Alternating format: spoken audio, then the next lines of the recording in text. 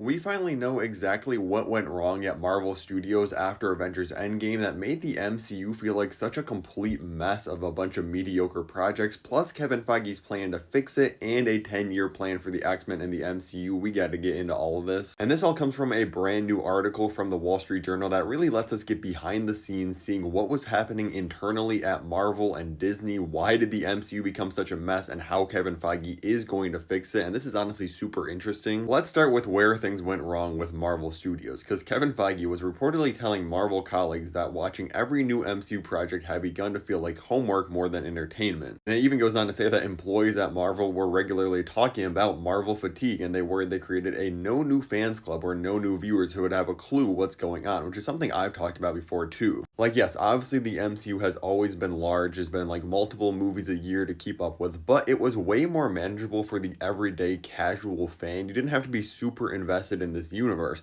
But the second Disney Plus and these new shows came around, that really all changed. And that's another huge reason this article lists as like a reason for Marvel's downfall. They were really just trying to appease Disney and get a lot of content out there on Disney Plus, and they wrongfully thought that because of how much money Endgame made, all the Marvel fans were just going to sign up for Disney Plus and watch all of these shows, which very quickly did not become the case. We saw this directly with movies like Doctor Strange and the Multiverse of Madness. They're like, oh yeah, I promise you don't need to watch the Disney Plus shows to understand this. But then you have Wanda in that movie, and her being a villain in that film is entirely based off the things that happen in WandaVision. Marvel's is like the biggest flop of the last decade. Who are the two other characters besides Captain Marvel in that? It's a character from WandaVision and Miss Marvel from her own TV show. So again, there was a lot of homework required to go and see that film and understand who all these characters are, so people just simply didn't go and watch it. Falcon and Winter Soldier, again, this should have just been Captain America 4 instead of a series on its own. And it even goes on to say, Kevin Feige was spread so thin at Marvel in the early 2000s that creatives wouldn't hear from him and would spend weeks and weeks just to work on things only to get feedback that was way too late to actually implement it in the films. And they definitely noted that The Marvels was one of the biggest movies affected by this. They were really struggling with the fact of how do we get Miss Marvel and Maria Rambeau in this movie but not make them TV shows a required viewing, and they really couldn't find a solution, but they couldn't even get to Kevin Feige in time to actually get his input on it. And it literally says people were chasing down Kevin Feige in the hallways to get an answer to their questions about like, oh, how do we connect this to the greater universe and stuff? But luckily, Kevin Feige has been secretly kind of overhauling how things are operating at Marvel over the last couple of years, and we've actually already seen the first two products of this overhaul, that being the Thunderbolts and Daredevil Born Again. And both of these projects have been very good, at least the overhauled parts of Daredevil Born Again are good, not the original script they had. And these are things that are definitely kind of standing alone, which seems to be a goal for Marvel going forward. Let me explain his full plan here. I'm just going to read this article off to you. It's the easiest way to just get you the straight up information. I'll go into my thoughts on this in a second. So Marvel is releasing only 1 or 2 live action TV series annually starting next year, and they've already ordered multiple seasons of some of their stories so that they can continue without crossing over to the big screen. A senior executive at Marvel is now overseeing television so Feige can focus on film, and now it says Feige is leading an internal overhaul aimed at getting the studio back on track. They're making fewer TV shows with standalone stories so that people don't need to watch these TV shows to understand the film. So they're still going to be making TV, but it's going to be kind of its own thing.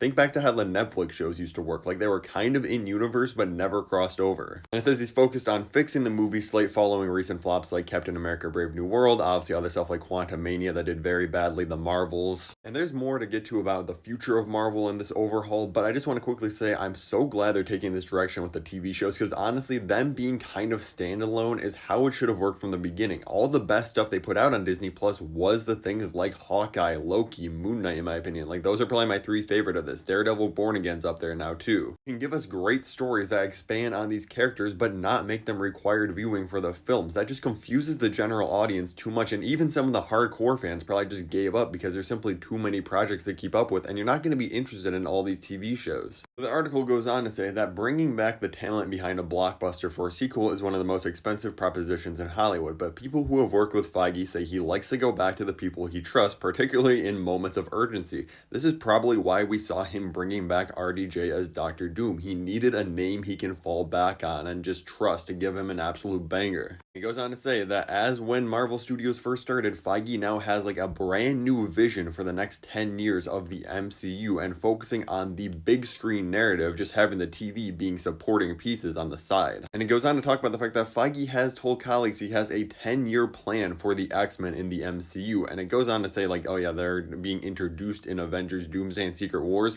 I think this is referring to a new casting, a new group of X-Men, not the Fox X-Men we know that are coming back for Doomsday. And I really think we can get back to the glory days if they can smoothly just clean up a lot of these different like timelines, a bunch of these characters in Doomsday and Secret Wars by simply just killing them off, closing the multiverse for good. You give us a new group of X-Men. You still have the Fantastic Four in the MCU. You got your core characters like a Spider-Man, a Shang-Chi, a Doctor Strange still. More important than the actual characters in the story is we've already seen the first product, like I said, of this overhaul. It is the Thunderbolts. This movie had a completely different script at the beginning, but they brought in new people. You had the director of Beef obviously came in. You got the people that did the score for Everything Everywhere All at Once. They did the score for this movie. You get a bunch of really talented people and let them tell a kind of standalone story about all these characters. And yes, it's improved if you watch like The Falcon and Winter Soldier and understand who John Walker is, or if you watch Black Widow and saw Yelena and the Red Guardian before. But you can just go in and watch this movie